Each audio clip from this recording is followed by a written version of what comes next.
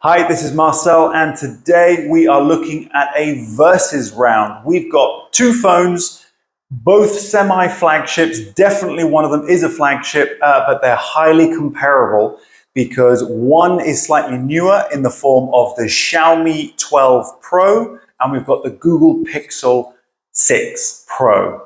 Now, these two phones, released at slightly different dates, are highly comparable because their price ranges are around the same, especially if you buy them in the second-hand or refurbished market.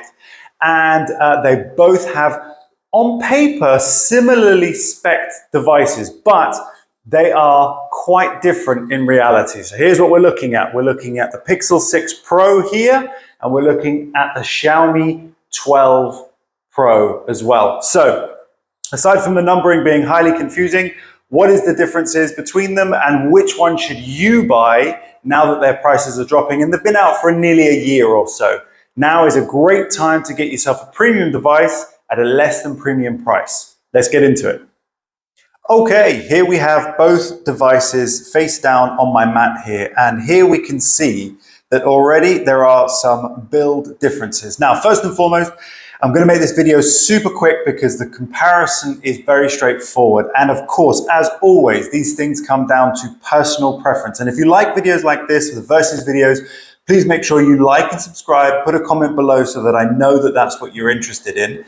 And I'll obviously make many more of these. But if we're looking at these superficially, there is a minor difference between the width of these devices. This one is about 0.2 centimeters wider. So this is the Google 6 Pro, and it is only a little bit wider and around 2 to 6 grams heavier than the Xiaomi 12 Pro. So this one does feel a bit lighter, but one thing that is quite nice about the Google is that the weight distribution is very even through the phone. So it does feel like it's comfortable in your hands, and the rounded edges are really, really nice. This device has rounded edges as well, but I actually really like the in the feel hand because this is a very soft coat back that's actually a matte back. So obviously it won't get fingerprints, but also it does feel a little bit top heavy. And the reason is because it's got this very large glass enclosure for the camera bump, which was quite a surprise when I got it actually, because it really stands out. Now it does come with a bumper case, so you do get this in the box, which means you get the raised lip and protection, so that's good, but that is quite profound. And what it does is it does actually affect the weight of the phone itself. So it feels a little bit more top heavy, so obviously your finger's going to go there anyway, so it doesn't make a huge difference. But in the feel, in the hand, it feels very smooth to touch with the Gorilla Glass on the back. Both of them have Victus Gorilla Glass, so it is very well protected. They both have dust protection and water resistance as well, IP68. Their panels are exactly the same.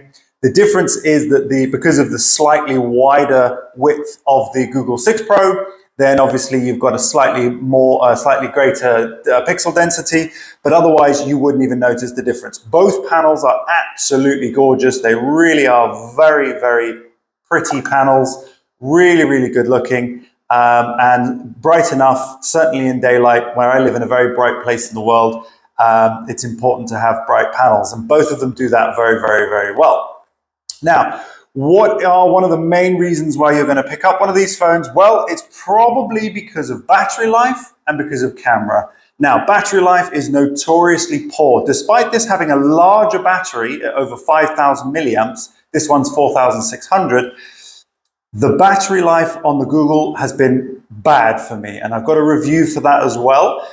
Find that in my list of videos just recently published. But the battery life on this device, sadly, has been a problem. So this rarely gets me through a day, whereas this comfortably gets me through a day. And I probably end the day on about 25% still. That's with medium use as well, because I am quite a heavy user as well. So in terms of battery, this one wins out for me big time. On paper, this is actually a very powerful device, but as always, software plays a huge part in it.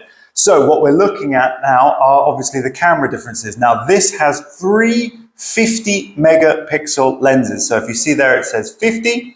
That's because all 3 of these are actually 50 megapixels. So you've got the main camera, the wide angle lens, and then you've got a macro as well. You don't have any macro here whatsoever. You do have telescopic, so obviously your zoom capability is better on here.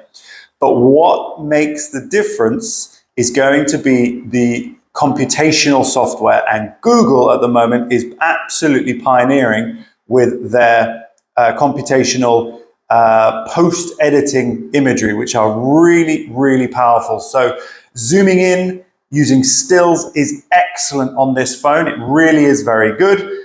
Videography is not quite so strong. On the 12 Pro, the videography is, again, okay, probably on par, and the photography is good. So I'd say that the photography is better on the Google Pixel, but it is still good to very good on this. Now, one thing that I was really impressed with was something called Moonshot, which actually takes incredible pictures of the moon. Now, how many pictures of the moon are you actually going to take in your life?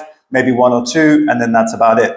Otherwise, the night sight on this was weak, and the night sight on this was very good. So this picked up and managed to computationally adjust the image really, really well. So when you take the picture, what you see on the screen is not the end product. Once it's processed it, it then shows you a much clearer image, and it is usually very usable and really, really good.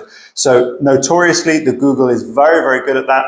So if you can get this device, I'm going to wrap up very, very quickly with this one, because if you can get this device for under 600 euros, I would highly recommend it, or under $600, I would definitely recommend the Google 6. Now, bearing in mind that, of course, the Google 7 is coming out this week, so that's obviously going to be a much more expensive device. It's probably going to be nearer 1,000 euros.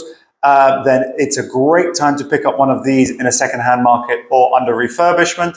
These ones can be grabbed as well in the same category of refurbished or second-hand, and for around $750. So they're a slightly newer device, but this has more going for it on paper, such as battery life. In the hand feel is really, really nice. The panels are equally good. And again, it comes down to software. So if you like MIUI, then obviously that's something that you're going to enjoy.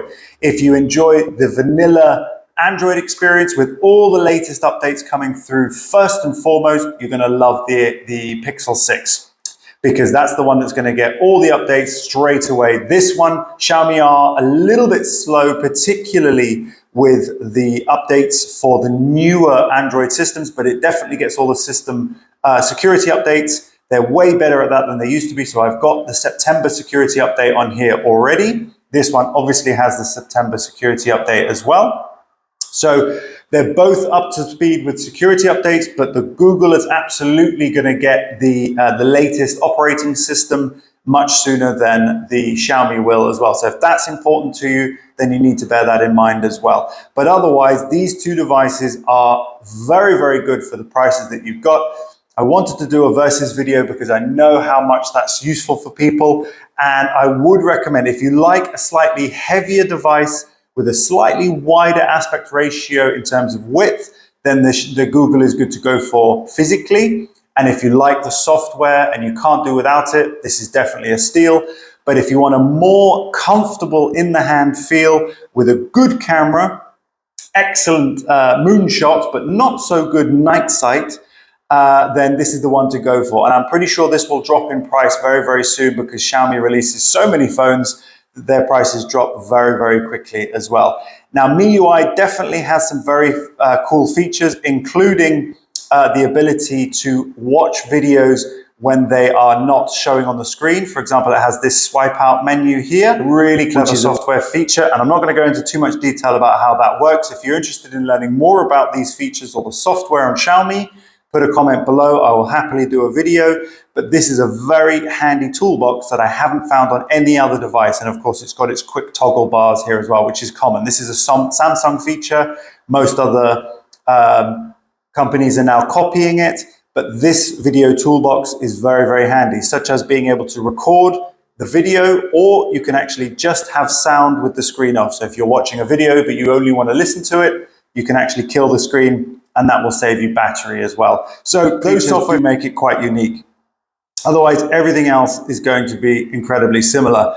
But in that regard, it's always down to personal preference. If you like the design with this bar across the top, then now is a great time to get hold of the Google 6 Pro. Otherwise, if you're a big fan, the colorways of this are much nicer, I find. I really like this purple one, to be honest.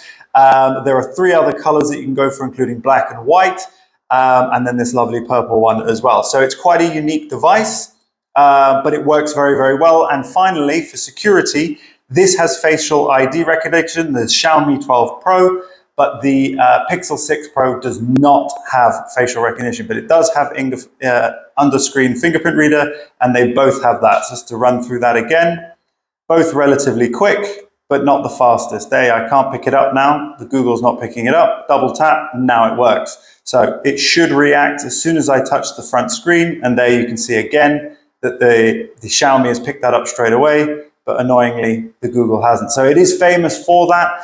You can obviously set so that it's raised to wake, and then you can do it. But it's not always as reactive on the Google. So there are some downsides for sure to the Google phone, which is a great shame. And hopefully they'll address all of those in the latest update. But this is a very well refined, defined, and designed phone as well. So I very much like the Xiaomi phones. They're getting better and better and better, and they're highly, highly competitive. So I hope that helps you in terms of your opinion. There are enormous similarities, but in my opinion, I would probably still go for the Xiaomi phone just because of the way it feels in the hand. I like the software operating, and the battery life makes a big difference. This one was barely making it through to the afternoon on my average day, not on a heavy day. So that is my conclusion. I hope you've got the same. And if you decide to buy one, or if you've got one, let me know what your experiences are, and I look forward to seeing you. Let me know if you like this form of video and if you'd like to see another Versus. Okay, hope to see you soon. Thanks very much. Peace out.